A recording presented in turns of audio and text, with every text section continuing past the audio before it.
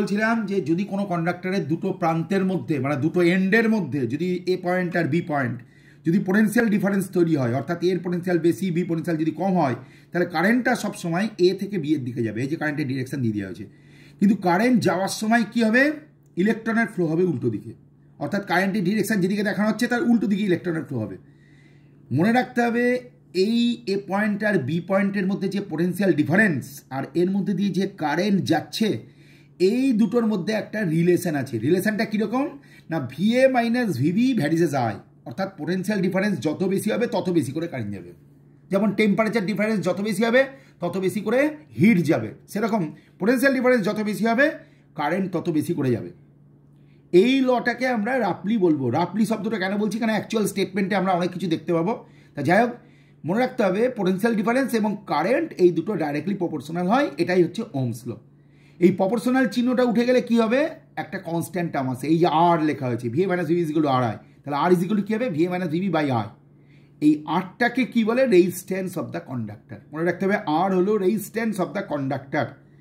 এই স্টেটমেন্টটা যদি আমরা দেখি কি লিখছে, temperature and other physical conditions remaining constant, the current flowing through a conductor is directly proportional to the potential difference between its two ends. অর্থাৎ potential difference আর current directly proportional, কিন্তু তার সঙ্গে কন্ডিশন অ্যাপ্লাই করেছে। কি condition, যদি কন্ডাক্টরের টেম্পারেচারটা unchange থাকে।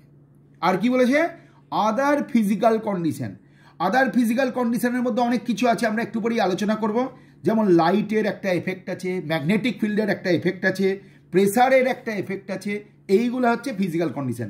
অর্থাৎ লাইটের ইন্টেন্সিটি যদি চেঞ্জ না হয়, ম্যাগনেটিক ফিল্ডের ম্যাগনিটিউড যদি চেঞ্জ না হয়, প্রেসার যদি চেঞ্জ না হয়, at the same time temperature যদি চেঞ্জ না হয়, তবেই আমরা বলতে পারবো VA minus VB varies I. পরীক্ষার সময় কেউ যদি বলে VA minus VB varies I, এটাই ওহমস ল, তাহলে কিন্তু কেটে জিরো দিয়ে দেবে। এই স্টেটমেন্টটা লিখতে হবে, temperature and other physical condition remaining constant, the current flowing through a conductor is directly proportional to the potential difference between its two ends. তার কারণ হচ্ছে টেম্পারেচার বাড়া কমার ওপর রেজিস্ট্যান্স বেড়ে যাওয়া কমে যাওয়ার ব্যাপারটা। যদি মেটাল হয় তাহলে টেম্পারেচার বাড়লে রেজিস্ট্যান্স বাড়ে, আর টেম্পারেচার কমলে রেজিস্ট্যান্স কমে। টেম্পারেচার বাড়লে রেজিস্ট্যান্স বাড়ে কেন মেটালের ক্ষেত্রে, এই যে ইলেকট্রনগুলো ফ্লো করছে তখন যদি টেম্পারেচার বেড়ে যায় তাহলে দেখা যাবে যে এদের সঙ্গে ইলেকট্রনের বেশি করে কলিশন হবে। ইলেকট্রনগুলোর সঙ্গে অ্যাটমের বা আয়নের বেশি করে কলিশন হয় যদি টেম্পারেচার বেড়ে যায়। এবং rate of probability of collision বেড়ে যায় টেম্পারেচার বাড়লে, অর্থাৎ ধাক্কার সম্ভাবনাটা বাড়ে। ধাক্কা, কলিশন মানে ধাক্কা, রেট মানে হার, rate of probability of collision বেড়ে যায়, টেম্পারেচার বাড়লে বেড়ে যায়। তার কারণ অ্যাটমগুলো যতখানি জায়গা জুড়ে কাঁপছিল, টেম্পারেচার বাড়িয়ে দিলে অ্যাটমগুলোর কেঁপে যাওয়ার যে জায়গা, যেটা আমরা সাউন্ডে পড়েছি অ্যাম্প্লিচিউড, তাহলে অ্যাটমগুলো বেশি অ্যাম্প্লিচিউড বা আয়নগুলো বেশি অ্যাম্প্লিচিউড নিয়ে কাঁপে। তার ফলে ইলেকট্রনের সঙ্গে অ্যাটম বা আয়নের rate of probability of collision বেড়ে যায়, তার মানে রেজিস্ট্যান্সটা বাড়ে। তাহলে টেম্পারেচার কিন্তু একটা ফ্যাক্টর। আর আদার্স ফিজিক্যাল কন্ডিশন বলতে গেলে আমরা কতগুলো এক্সাম্পল দিচ্ছি যেগুলো বইয়ে তোমরা পাবে না। দেখো লাইটের কিন্তু একটা এফেক্ট, কীরকম একটা এক্সাম্পল দিচ্ছি। দেখো, if light is incident on selenium হচ্ছে একটা মেটাল, ইটস রেজিস্ট্যান্স ডিক্রিজেস। মনে রাখতে হবে লাইটের ইন্টেন্সিটি কিন্তু একটা ফ্যাক্টর। যেমন সেলেনিয়ামের ক্ষেত্রে এই ঘটনাটা ঘটে, রেজিস্ট্যান্সটা কী হয়, কমে যায় যদি লাইটের ইন্টেন্সিটি বেড়ে যায়।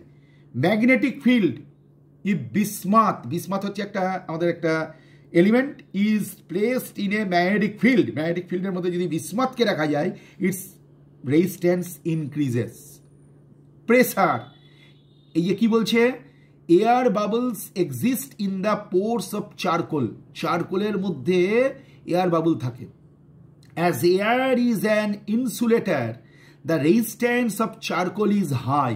মনে রাখতে হবে, মানে চারকোল হচ্ছে এর মধ্যে কতগুলো পোর থাকে, মানে ছিদ্র থাকে, সেই ছিদ্রের মধ্যে কি থাকে, এয়ার থাকে।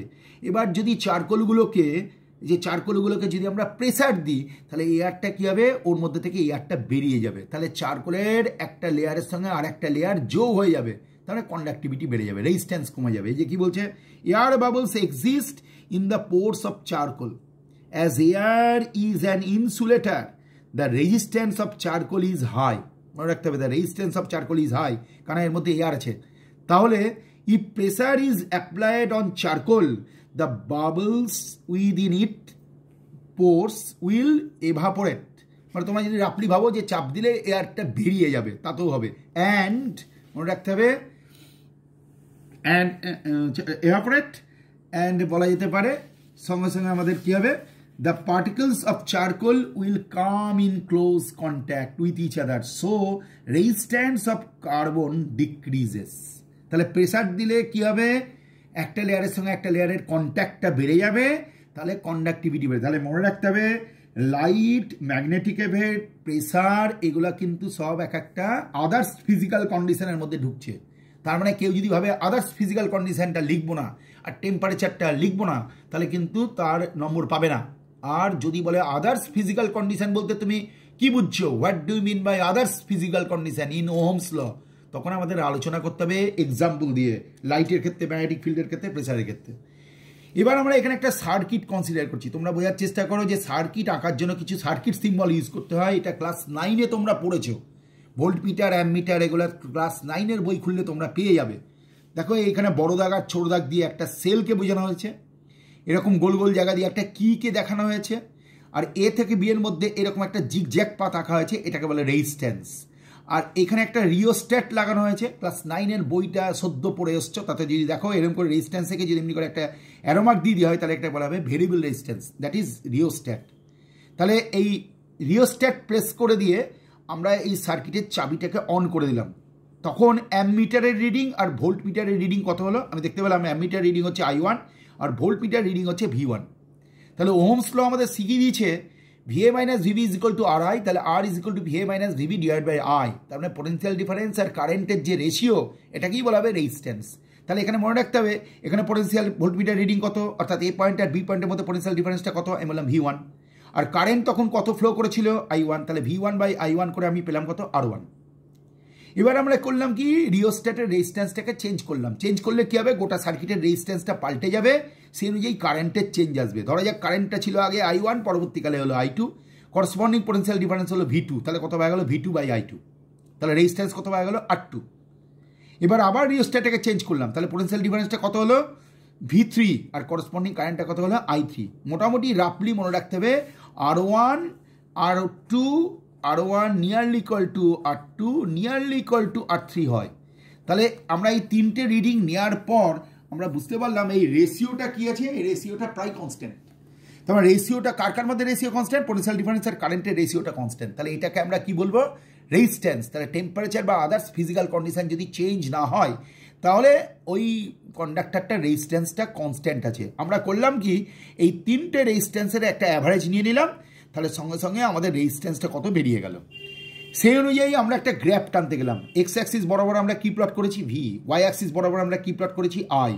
তাহলে এই যে আমরা এক্স অ্যাক্সিসের এক্স কোঅর্ডিনেট কত, V, আর ওয়াই কোঅর্ডিনেট হচ্ছে I। তাহলে আমরা তিনটে পয়েন্ট পেলাম, V1, I1, V2, I2, V3, I3। এই তিনটে পয়েন্টকে আমরা এখানে প্লট করলাম, এই যে তিনটে কালো স্পট দেখানো যে প্লট করলাম, তিনটে কালো স্পট যোগ করে দিয়ে আমরা অরিজিন দিয়ে পাস করা একটা লাইন পেয়ে গেলাম। তার মানে এখান থেকে আমরা বুঝতে পারলাম V এবং I এর মধ্যে কি সম্পর্ক, V ভেরিজেস I। আর এই ইকুয়েশনটাকে আমরা, তোমরা কোঅর্ডিনেট জিওমেট্রি পড়েছো, y is equal two mx বলে, এমটাকে কি বলে, স্লোপ বলে, স্লোপ, এম হচ্ছে স্লোপ। তাহলে স্লোপটা বার করতে গেলে কি করতে হয়, স্লোপের একটা ফর্মুলা তোমরা সবাই জানো, I2 মাইনাস I1 মানে y2 minus y1 divide by x2 minus x1। এই যে স্লোপের ফর্মুলা কোঅর্ডিনেট জিওমেট্রিতে তোমরা শিখেছো, y2 minus y1 divide by কি হচ্ছে বলো, x2 মাইনাস x1। তাহলে দেখো y2 মাইনাস y1 মানে I2 মাইনাস I1, আর x2 মাইনাস x1 মানে কি, V2 মাইনাস V1। তাহলে এই I2 মাইনাস I1 বর্তমানে এটাকে কি লিখতে হবে, I2 মাইনাস I1, আর নিচে লিখতে হলো আমাদের লিখতে হবে V2 মাইনাস V1। তাহলে I2 মাইনাস I1কে আমরা কি বললাম, ডেল্টা I, আর V2 মাইনাস V1কে আমরা কি বললাম, ডেল্টা V। তাহলে সেই অনুযায়ী আমি স্লোপ পেলাম কত, delta I by delta V। কিন্তু আমাদের জানা আছে V is equal to RI, তাহলে R is equal to V by I। তাহলে এই যে স্লোপটা আমরা পেলাম delta I by delta V, এর যদি আমরা রেসিপ্রোকাল নিতে পারি, অর্থাৎ ডেল্টা ভিটা ওপরে আর ডেল্টা আইটা যদি নিচে চলে আসে, তাহলে রেজিস্ট্যান্সটা জানা যাবে। তাহলে মনে রাখতে হবে I ভার্সেস V কার্ভ, এই যে এটা হচ্ছে I versus V curve. I versus V কার্ভের যে স্লোপটা হয়, সেই স্লোপটাকে উল্টাতে হবে, রেসিপ্রোকাল নিতে হবে, তাহলে রেজিস্ট্যান্স পাওয়া যাবে। মনে রেখো ওয়াই অ্যাক্সিস বরাবর আই আর এক্স অ্যাক্সিস বরাবর যদি ভি প্লট করা হয় তাহলে এটাকে বলে আই ভার্সেস ভি কার্ভ। এর স্লোপ যা হয় তার রেসিপ্রোকাল নিলে রেজিস্ট্যান্সটা পাওয়া যাবে। এবং এই প্রসঙ্গে মনে রেখো যে এই যে কন্ডাক্টরের যে ব্যবস্থা, এই ধরনের কন্ডাক্টরকে আমরা বলবো ওহমিক কন্ডাক্টর। ওহমিক কন্ডাক্টরের ক্ষেত্রে গ্যাপ যদি টানা যায় তাহলে ভি এবং আয়ের মধ্যে যে রিলেশনটা হবে সেটা কিন্তু এক্স অ্যাক্সিস, মানে এটা হচ্ছে state line passing through the origin. ঠিক সেরকমভাবে আমরা যদি ভি ভার্সেস আই কার্ভটা টানি এখানে, তাহলে আমরা দেখতে পাবো passing through the origin state conductor, আমি স্টেট লাইন পাচ্ছি না, এটা একটা কার্ভ লাইন পাচ্ছি, এটাকে বলা হবে নন ওহমিক কন্ডাক্টর। তাহলে ওহমিক কন্ডাক্টর এর ক্ষেত্রে যে রেজিস্ট্যান্সটা ইউজ করা হয় তাকে বলা হয় লিনিয়ার রেজিস্ট্যান্স।